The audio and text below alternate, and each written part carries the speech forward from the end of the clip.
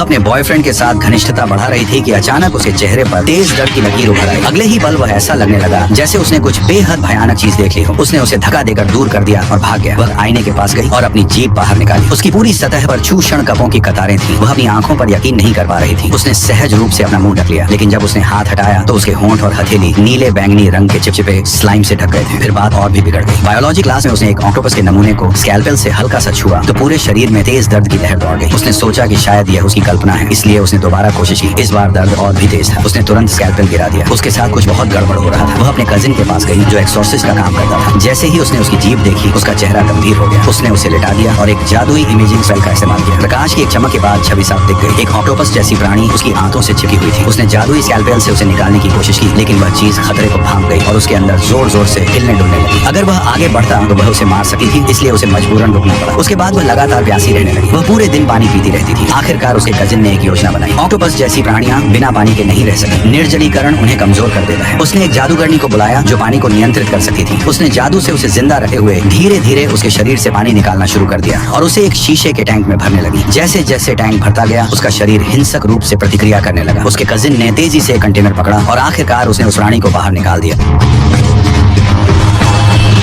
जी पर लगे चूषण का काम नहीं कर रहे थे, लेकिन भयंकर प्यास कभी खत्म नहीं हुई। सबने सोचा कि यह सिर्फ साइड इफेक्ट है। वह स्कूल वापस लौट गई और सामान्य जीवन जीने की कोशिश करने लगी, लेकिन असली कहर अभी शुरू ही हुआ था। एक और बायोलॉजी क्लास में अचानक कमरा ठंडा और दबाव भरा हो गया। उसके सहपाठी अजीब तरीके से हिलने लगे, जैसे कोई अदृश्य शक्ति उन्हें नियंत्रित कर रही हो। उसकी नाक से नीला तरल टपकने लगा और उसका मुंह अपने आप बोलने लगा। आवाज भी उसकी जैसी नहीं लग रही थी। फिर जैसे ही उसने दोबारा बोलना शुरू किया, क्लास के हर एक छात्र ने स्कैल्पेल उठा लिया और अपनी गर्दन की तरफ तान दिया। आखिरी पल में उसके कजिन ने कमरे में घुसकर एक स्पेल फेंका, जिससे सब सो गए और तबाही रुक गई। बाद में उसने उसे बताया कि जब उसने उस प्राणी की जांच की तो पता चला कि निर्जलीकरण से वह पूरी तरह मरा नहीं था। शायद कुछ और भी उसके अंदर बचा हुआ था। जब वह दोबारा होश में आई तो उसने उसके दिमाग का एक और स्कैन कर लिया था। जो चीज उसने देखी उससे उसका खून ठंडा हो गया। एक और ऑक्टोपस उसकी चेतना से कसकर चिपका हुआ था।